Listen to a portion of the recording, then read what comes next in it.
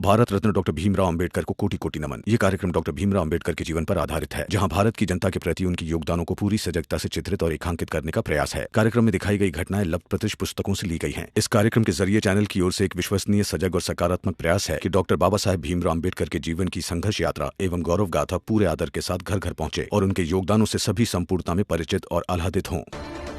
दोनों पक्षों की दलील सुनने के बाद अदालत इस नतीजे पर पहुंचती है कि माफ कीजिएगा, लेकिन आज हमें यहाँ आने में 15 मिनट देर हुई। वो क्यों हुई इसका कारण मैं अदालत के सामने बताना चाहता हूँ।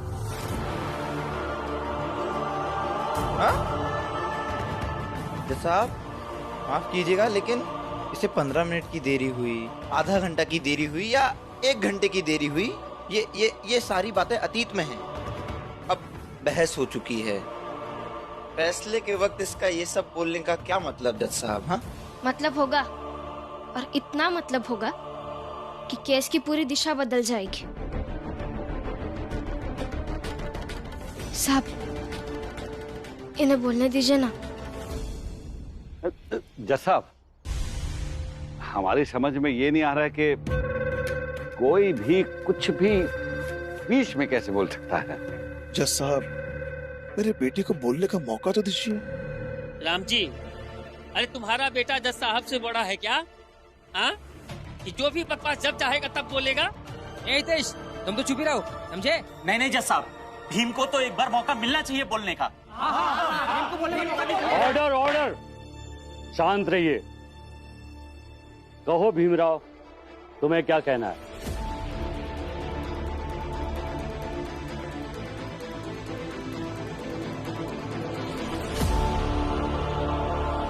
धन्यवाद सर। दरअसल मैं बाला भैया और वकील साहब तांगे से यहाँ आ रहे थे, लेकिन बीच रास्ते में लोगों ने पंचायत लगाकर झगड़े सुलझाना चालू कर दिया। बहुत कहने के बाद भी वो लोग रास्ते से नहीं हटे, तो हमें घूम कर आना पड़ा। इसलिए यहाँ पहुंचने में 15 मिनट देर हो गई। अरे लेकिन इससे क्या साबित होता है? 15 मिनट की देरी हो, आधे घंटे की देरी हो या 1 घंटा देर से आओ, उससे कोई फर्क नहीं पड़ता भीमराव। ऑर्डर ऑर्डर, ये अदालत भीमराव से सवाल करेगी, तुम नहीं।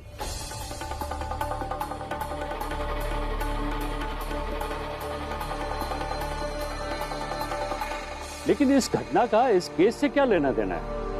लेना देना है। सड़क को पंचायत घर बनाने से एक व्यक्ति के 15 मिनट बर्बाद हो गए। तो सोचिए ना सर, कॉलेज को अदालत बनाने से क्या यहाँ पढ़ने वाले छात्रों के ऊपर, पढ़ाने वाले अध्यापकों के ऊपर उसका असर नहीं होगा? सड़क रुकने से इतनी दिक्कत होती है, कॉलेज रुकने से कुछ परेशानी नहीं होगी?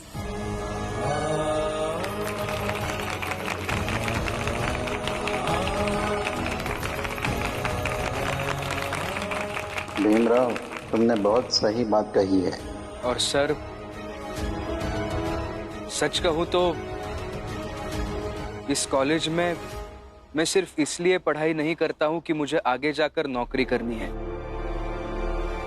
पढ़ाई मेरे लिए एक साधना के समान है, जिसके पूर्ण होते ही मैं अपनी जात की बेड़ियां, बड़े लोगों के रूखे व्यवहार की कड़वाहट सब कुछ तोड़ना चाहता हूं।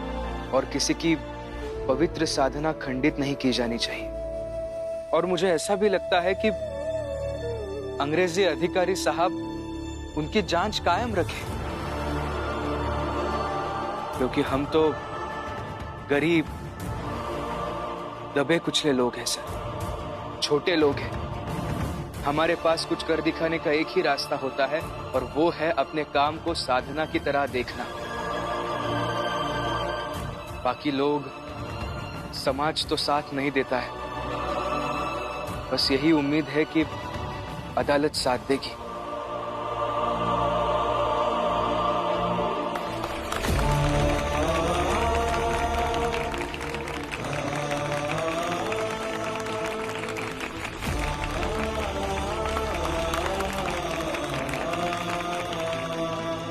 आपको कुछ कहना है? अदालत में मुवक्किल के लिए उसका वकील भरोसा होता है। ये अंग्रेजी अधिकारी साहब आपके भरोसे पर यहाँ आकर बैठे हैं, इनका भरोसा मत तोड़िए सर। आज मुझे अपना शिष्य नहीं, बस एक विपक्षी समझिए और लड़िए केस। नहीं सर, मुझे और कुछ नहीं कहना।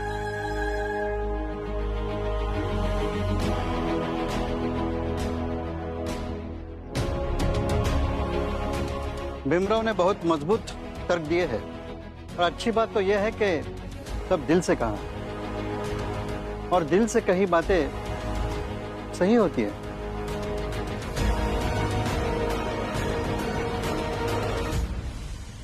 मैं बस एक छोटी सी बात भीमराव से कहना चाहूंगा। अदालत के सामने वो जिम्मेदारी ले। कॉलेज शुरू होने से अगर कोई उपद्रव होता है, कोई घायल होता है, किसी की जान जाती है, तो उसका उत्तरदायी भीमराव होगा।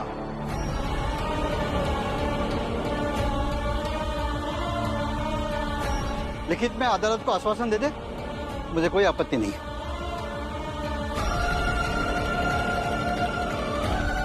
लेकिन सर, मैं लिखित में आश्वासन कैसे दे सकता हूँ? इतने सारे लोगों की सुरक्षा का उत्तरदायित्व अकेला कैसे ले सकता हूँ? ये तो प्रशासन का काम है। प्रशासन तय करेगा कि कॉलेज शुरू होने के बाद सब कुछ कैसे संभाला जाए। प्रशासन ही तय कर रहा है, तुम बाधा बन रहे हो Bhimrao.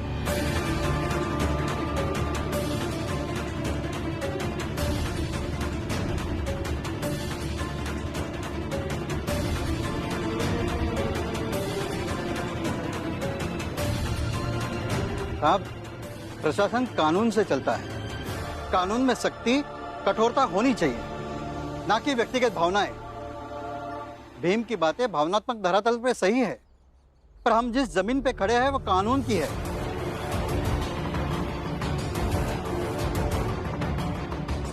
That's all, Your Honor.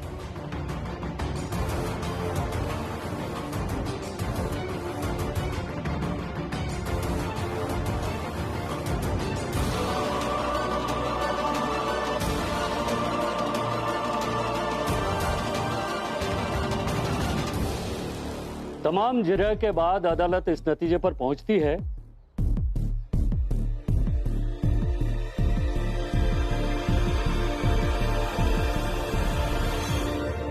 कि यह कॉलेज तब तक नहीं खुलेगा जब तक प्रशासन इसकी पूरी छानबीन नहीं कर लेता।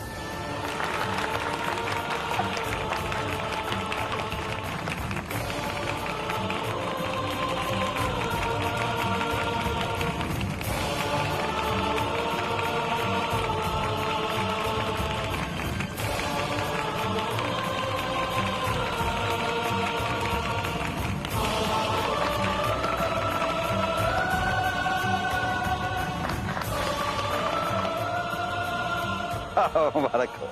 आपको भी मुबारक हो। आपको भी।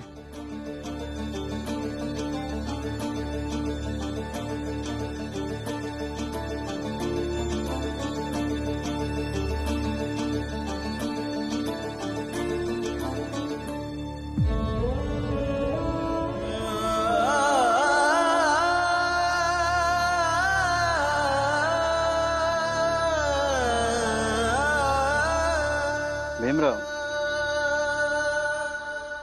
बैरिस्टर एक दुधारी तलवार की तरह होता है। वो जिसके पक्ष में खड़ा होता है, तर्क भी उसी तरह बनाता है और फिर उसी तर्क को सच साबित करने की भरसक कोशिश करता है। मुझे पहले बताया होता तो संभव था तर्क तुम्हारे पक्ष में बनाता। कोई बात नहीं सर, जीत की बहुत बहुत बधाई। केस तो मैं हार ही गया हूं, बस इतना जानना चाहता हूं कि आपकी नजर में सही क्या है। सच कहूं तो कोर्ट ने जो फैसला दिया है वही सही है, पर मुझे इस बात का दुख है कि तुम हार गए। मैं हार गया ये तो अलग पक्ष है सर, लेकिन कोर्ट ने जो फैसला दिया है वो गलत है। अब मैं आपके इस बात से भी असहमत हूं। भीम बेटा, अपनी हार के कारण वकील साहब से ऐसे बात मत करो। हार की तो बात ही नहीं है बाबा, बस मुझे जो सही लग रहा है वो मैं सर से कह रहा हूं।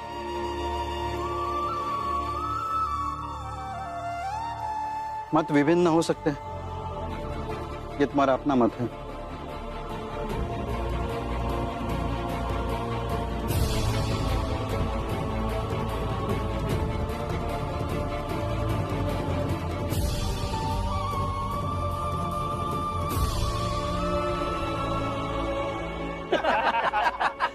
भीमराव हार गया। अम्मा सुना, भीमराव हार गया। अरे डलिया अम्मा रुको, ये तो बताओ कि कैसन लग रहा है अब। आखिरकार भीमराव हार गया ना। अरे हारना तो तय था। अब कानून प्रशासन सब जगह टांग अड़ाएगा। इतनी औकात है क्या इस भीम की? बिल्कुल नहीं। आप सबके लिए शायद सिर्फ भीम हारा होगा, लेकिन मेरे लिए तो भीम के बाबा, भीम की बुआ और उसकी पत्नी रमा सबके सब हारे। और ये हार बहुत जरूरी थी उनके लिए। इस घर में बहुत अकड़ बढ़ गई थी सबकी। अब अकड़ टूट गई तो सब ढंग से रहेंगे। अब इस भीम के हारने की खुशी में आज शाम को एक जश्न करते हैं। हाँ,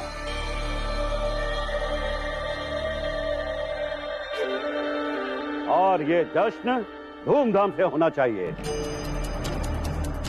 प्रणाम मालिक। प्रणाम मालिक।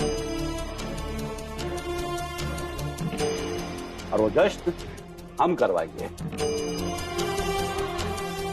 काम करो, हम ऊंची जात वालों के जश्न की व्यवस्था यही करना है।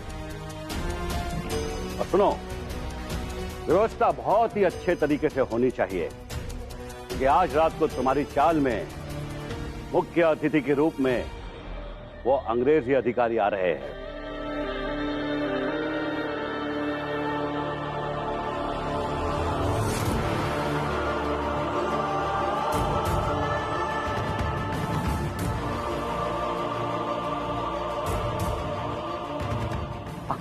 आगे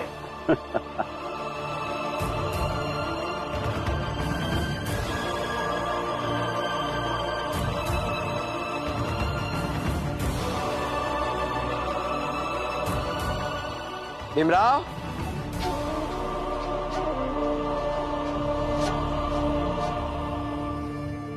कैसा लग रहा है? हाँ?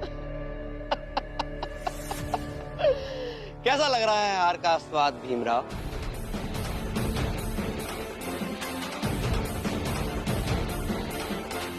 बोलो। कहा है ना तुमसे कि मत भूला करो अपनी जात, अपनी औकात।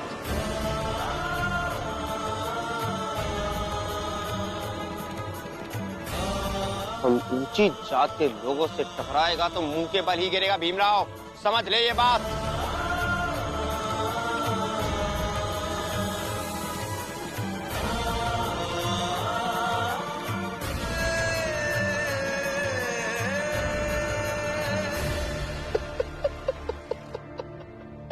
तुम सब जश्न की तैयारियां करो, शाम को हम सब यहीं आएंगे, ठीक है?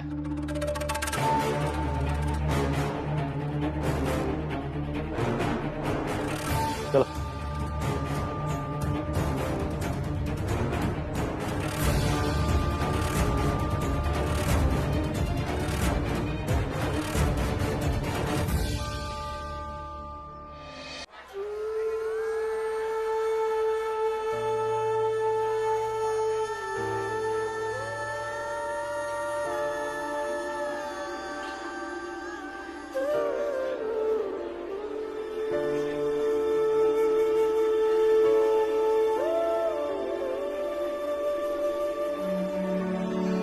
भैया, ऐसे गुमसुम क्यों बैठे हो? जाने दो ना, जो हो गया सो हो गया।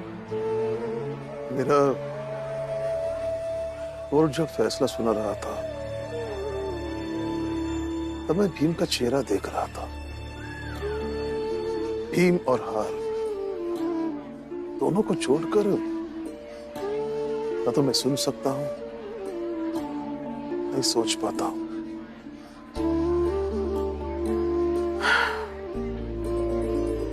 लेकिन आज वो हार गया। अगर वो क्रिकेट के मैच में हार जाता तो मुझे इतना दुख नहीं होता। क्रिकेट क्या, किसी भी खेल में हार जाता तो मुझे दुख नहीं होता। लेकिन पढ़ाई के लिए हारते हुए देखकर मुझे जरूर दुख हुआ है। भैया, हम दोनों भीम के संघर्ष के साक्षी हैं। बचपन से भीम संघर्ष कर रहा है। अभी उसकी उम्र ही क्या है? और लड़ाई में तो हार जीत होती रहती है ना। आप भीम से कुछ मत कहिए। आप संभल जाइए और उसे भी समझा दीजिए। मेरा भीम की हार सामान्य हार नहीं है। एक पढ़ाई करने वाले लड़के की हार पर पूरा मोहल्ला, ऊंची जाति के सभी लोग जश्न मना रहे हैं, खुशियां मना रहे हैं।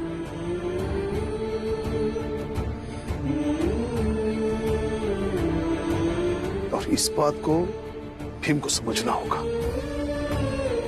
कम से कम इतना तो समझना होगा कि उसकी हार के क्या मायने हैं।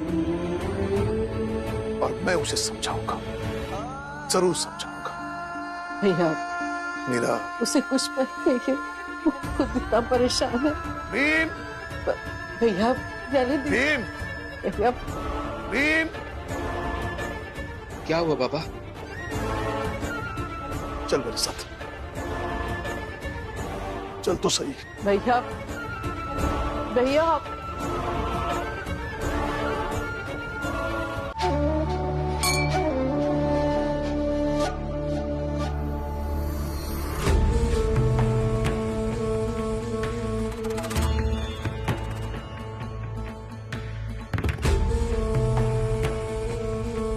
देखो देखो, अब राम जी अपने बेटे को प्रवचन देगा, बड़ी बड़ी बातें कहेगा और ऐसे समझाएगा जिससे लगेगा आज ये भीमराव को दुनिया का सबसे बड़ा आदमी बना करके ही रहेगा।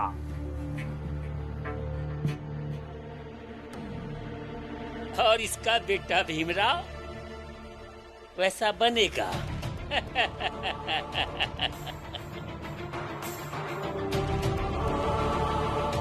सही है। क्या है, ये सब जुमले तो हम बहुत बार सुन चुके हैं, लेकिन यूं इनके लिए ये बातें नहीं है। Sir, you will enjoy this.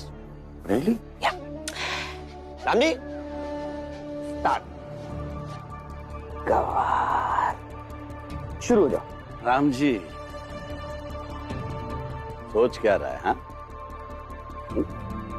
समझा अपने इस समझदार बेटे को?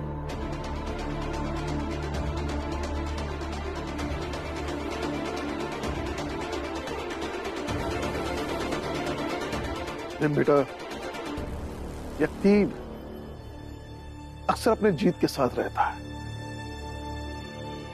और अपनी हार से भागता है।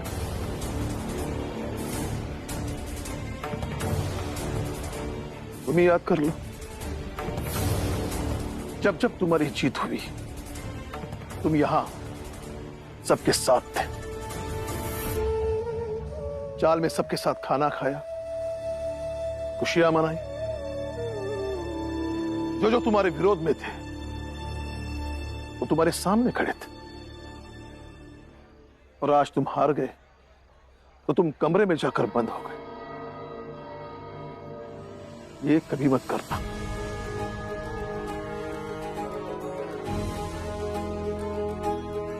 देखो भीम, ये भी याद रखना कि अपनी जीत के बाद, अपने हार के बाद लोगों की प्रतिक्रिया क्या होती है, कैसी होती है। इससे प्रेरणा मिलती है आगे की लड़ाई लड़ने के लिए। कई बार आत्मबल मिलता है। देखो, इन सब की आंखों में तुम्हारी हार का जश्न देखो।